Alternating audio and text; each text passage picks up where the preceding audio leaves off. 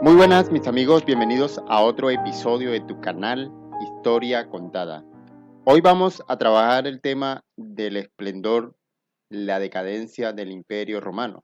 Vamos a centrarnos un poco en ver en cómo este gran imperio tuvo una época de esplendor y cómo poco a poco también cayó en la decadencia, y así ocurre con todos los imperios a lo largo de la historia.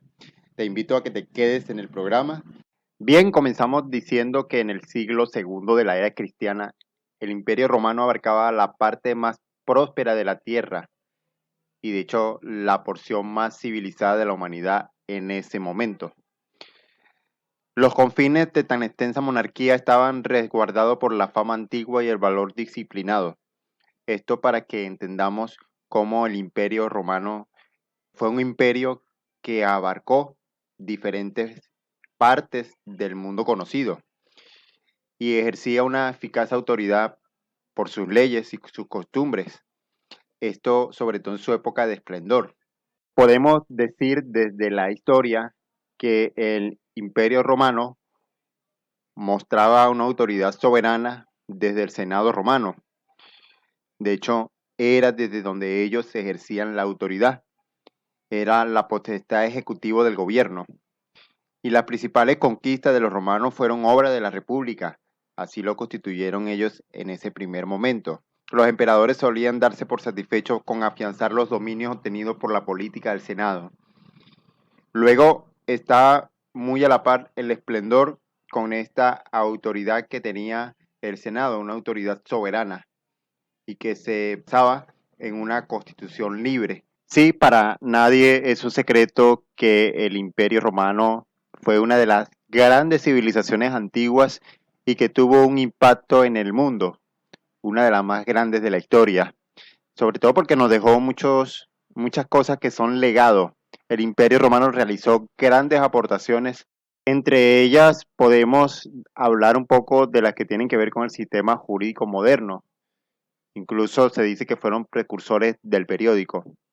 Bien, es importante tener en cuenta que el Imperio Romano en su apogeo abarcaba un área de alrededor de kilómetros cuadrados, convirtiendo a este imperio en uno de los más grandes y más poderosos hasta ese momento de la historia, comparable con el Imperio Macedónico de Alejandro Magno o el Imperio de Arquemio de Darío o el Imperio de Darío I, que tenía una superficie de 5.2 millas y kilómetros cuadrados respectivamente.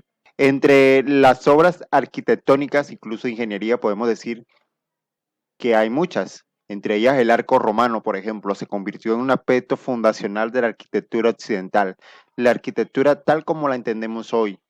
El arco es una estructura simétrica curvada que permite que el peso de los edificios se distribuya uniformemente a lo largo de varios soportes. De hecho, a día de hoy podemos encontrar diferentes arcos romanos en algunas ciudades, en algunos países. Bueno, provienen de esa idea, esa concepción. El arco permitió a los constructores hacer edificios más grandes y más complejos. Aunque el arco se utilizó durante los siglos, fueron los romanos quienes se dieron cuenta del enorme potencial que tenía el arco. Perfeccionaron la técnica y su construcción y la aplicaron a una amplia gama de estructuras.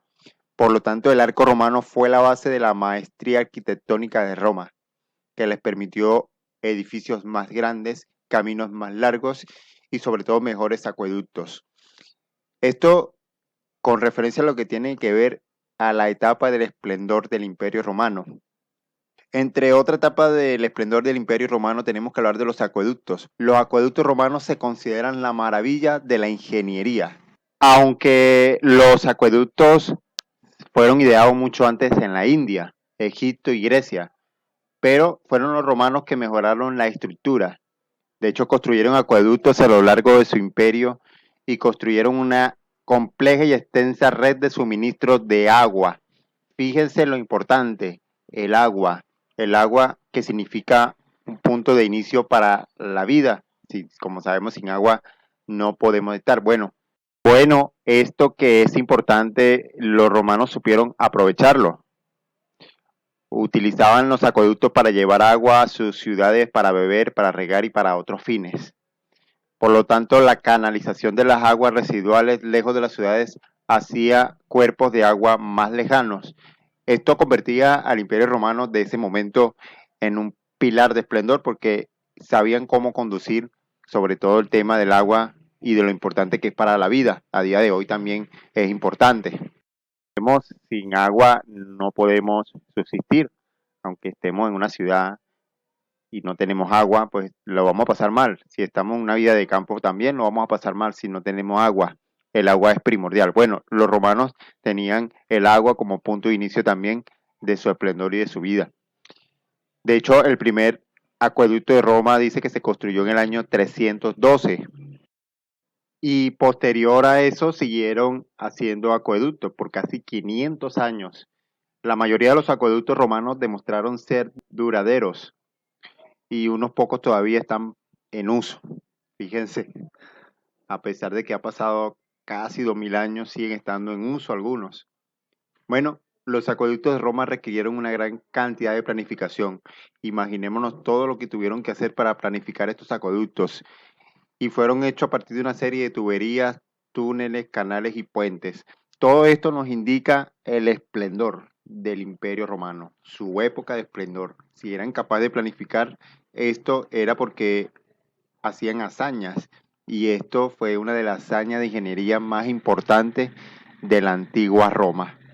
Los romanos también construyeron magníficas estructuras, por ejemplo el Coliseo, conocido también como el anfiteatro de Flavio. Es el antiguo anfiteatro ovalado de la ciudad de Roma. Duró alrededor de 10 años en construcción.